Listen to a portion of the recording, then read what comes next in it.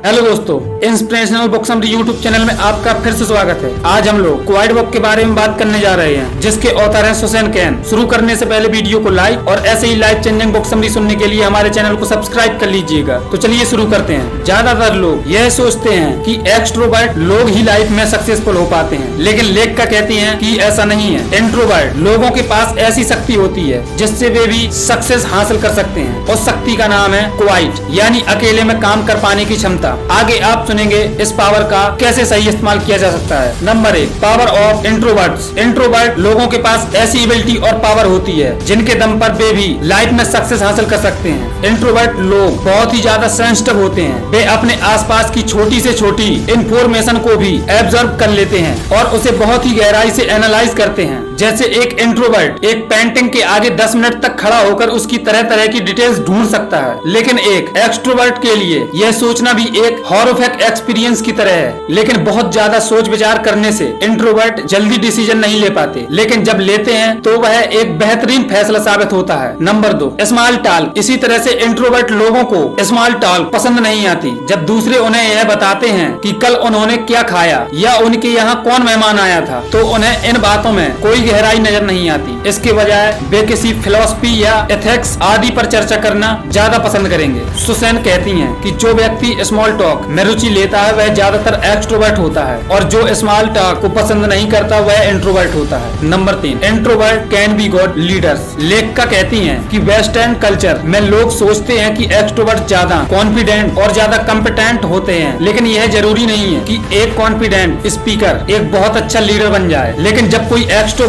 दूसरों से बहुत घुल मिलकर बात करता है तो दूसरों को लगता है कि वह उनकी बहुत सहायता करेगा, इसलिए उसे लीडर मान लेते हैं। इसके विपरीत कोई इंट्रोवर्ट एक कोने में बैठकर चुपचाप अपना काम कर रहा हो तो कोई भी उसके पास नहीं जाना चाहेगा। बहुत सारे लोग तो उसे घमंडी भी मान सकते हैं, लेकिन हकीकत में हो सकता है कि वह बहुत ज्यादा नॉलेज रखता हो, जिसके दम पर वह समाज की प्रॉब्लम को आइडेंटिफाई करके उनके लिए उचित पॉलिसी बना सकेगा। और वास्तव में अच्छा लीडर तो वही होता है जो अच्छी पॉलिसी बनाए, ना कि सिर्फ लोगों से घुल मिलकर झूठे वादे करे। Number 4, break the stereotype. लोगों ने यह स्टीरियोटाइप बना रखा है कि अगर आप एक्सट्रोवर्ट हैं तो आप ज्यादा सफल हो जाएंगे। हार्वर्ड यूनिवर्सिटी भी अपनी ग्रेजुएट स्टूडेंट्स को एक्सट्रोवर्ट बनाने की तरफ ध्यान देती है। वे उनके लिए ग्रुप वर्क, सेमिनार, प्रेजेंटेशन आदि के जरिए उनमें एक्सट्रोवर्जन का ट्रेड डालना चाहती है, लेकिन यह सब इंट्रोवर्ट स्टूडेंट्स को बिल्कुल पसंद नहीं आता। उन्हें यह सब डिस्ट्रैक्टिंग और इंटरफेयरिंग लगता है। इसके बजाय वे क्वाइट में बैठकर सोचना ज्यादा पसंद करते हैं। इसके विपरीत अगर आप जापान में जाएं तो वहाँ पर यह सब नहीं है। वहाँ पर स्टूडेंट चुपचाप पढ़ाई करते हैं और अपने नोट्स बनाते हैं, बिना पूछे भी किसी से बात करना पसंद नहीं करते। वहाँ पर कोई भी किसी को एक्सट्रोवर्ट बनने के लिए फोर्स नहीं करता, लेकिन इसके बावजूद जापान के लोग बेहद प्रतिभाशाली हैं और जापान एक महाशक्ति है। यह सब उन्होंने क्वाइट की शक्ति से हासिल किया है। Number 5, company culture. लेखिका कहती है कि कंपनीज को ऐसा कल्चर बनाना चाहिए जहाँ पर इंट्रोवर्ट लोग भी अपना कंट्रीब्यूशन दे सकें। ज्यादातर ऑफिस में meetings, brain storming session, presentation, workshop, seminar, events आदि रखे जाते हैं। यह सब एक्सट्रोवर्ट लोगों को बहुत पसंद आता है, लेकिन इंट्रोवर्ट लोगों को यह केवल वेस्टेज ऑफ टाइम लगता है। वे किसी भी टॉपिक पर चर्चा करने के बजाय उसमें जुटकर काम करना ज्यादा प्रेफर करते हैं। कुछ लोग मीटिंग्स में बेसिर पैर की बातें करते हैं और कुछ हंसी मजाक से भी मीटिंग को लंबा खींच देते हैं। इंट्रोवर्ट्स को यह भी अच्छा नहीं लगता। Number 6, visibility. अंतर्मुखी लोगों के लिए बहुत बड़ा चैलेंज है।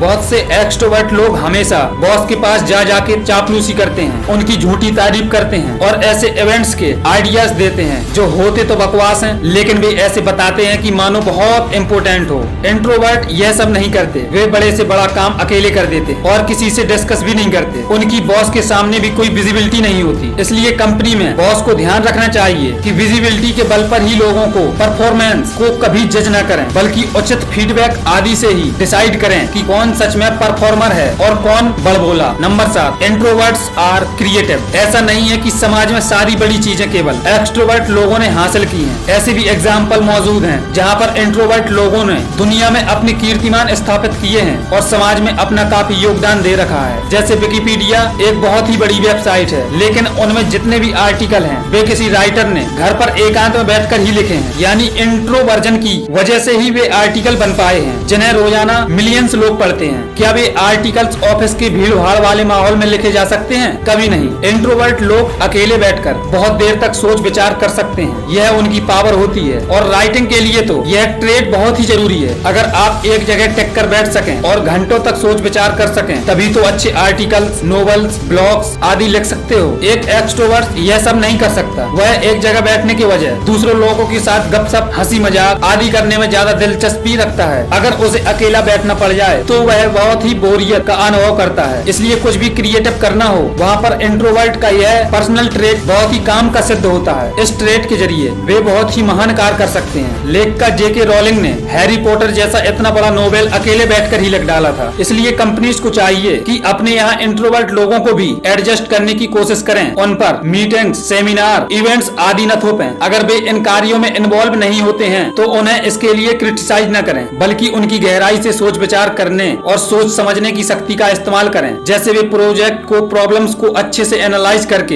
एक स्ट्रेटजी आपको दे सकते हैं या बहुत अच्छी प्रेजेंटेशन बना सकते हैं। इस सब के लिए उन्हें अकेले में टाइम चाहिए, न कि इवेंट्स या मीटिंग्स आदि का हो हल्ला। Number 8, introverts are not alone. लेखिका कहती हैं कि अगर आप इंट्रोवर्ट हैं तो यह मत सोचिए कि आप अकेले हैं। सोसाइटी में बहुत से लोग इंट्रोवर्ट होते हैं और उनके अपने अनक्यूट ट्रेड्स और योग्यताएं होती हैं। अपने अनक्यूट टैलेंट की पहचान कीजिए और उसी के आधार पर ही कोई प्रोफेशन या जॉब चुनिए। इससे आपको जॉब सेटिस्फेक्शन मिल पाएगा और लाइफ में हमेशा खुश रह पाएंगे। Number 9, ambivert. सुसैन कैन कहती हैं कि हर इंट्रोवर्ट को कोशिश करनी चाहिए कि वह एम्बिवर्ट बनने की कोशिश करे, यानी अपने अंदर थोड़े बहुत एक्सट्रोवर्ट के गुण लाएं। हमेशा मीटिंग और सेमिनार आदि को क्रिटिसाइज न करके उसमें भाग लें और उसमें जरूरी बातें हैं उन्हें नोट करें। जो चीजें बाकियों को पसंद नहीं है उन्हें ना बोलें, केवल उनको आराम से सजेशन देते रहें। साथ ही हमेशा सीरियस न रहें, हर चीज में फिलॉसफी न ढूंढें। लाइफ में एंटरटेनमेंट, हंसी मजाक आदि की भी वैल्यू है। इससे स्ट्रेस और डिप्रेशन दूर होता है। इसलिए कोशिश कीजिए और इन चीजों में शामिल होने की कोशिश कीजिए। Number 10, advice to extroverts. इसके बाद लेखिका एक्सट्रोवर्ट लोगों को भी कुछ एडवाइस देती हैं और कहती हैं कि वे इंट्रोवर्ट लोगों की मानसिकता को समझें, उन्हें गलत ना समझें और उनके इस नेचर के लिए जज न करें। उन्हें सन की आदि कहकर न बुलाएं। इंट्रोवर्ट लोग अपने भीतर की दुनिया में ज्यादा रहना पसंद करते हैं। उन्हें गहन सोच विचार करने की आदत होती है। वे बाहर के लोगों की तरफ ज्यादा ध्यान नहीं देते। जो चीजें एक्सट्रोवर्ट को पसंद आती हैं वे उन्हें पसंद नहीं करते। लेकिन यह भी तो जरूरी नहीं है कि हर आदमी हमसे एग्री करे और जो हमें पसंद है उसे भी पसंद आए। जो लोग हमसे अलग सोचते हैं उनके भी बहुत इम्पोर्टेंस होती है। कई बार हमारे किसी प्रोजेक्ट में हमसे अलग सोचने वाले लोग कुछ ऐसा सजेशन देते हैं जिससे सामान्य प्रोजेक्ट भी एक्स्ट्रा ऑर्डिनरी बन जाता है। इसलिए एक्सट्रोवर्ट्स की बात को ध्यान से सुनना चाहिए और उनके सजेशन पर गौर करना चाहिए। Number 11, quite is a power. अंत में लेखिका कहती हैं कि अगर आप एक इंट्रोवर्ट हैं तो यह आपकी कमजोर नहीं बल्कि ताकत है। आप इस ताकत का इस्तेमाल अपने क्रिएटिव एफर्ट्स में लगा सकते हैं और ऐसे मास्टरपीस बना सकते हैं कि दुनिया देखती रह जाएगी। तो दोस्तों,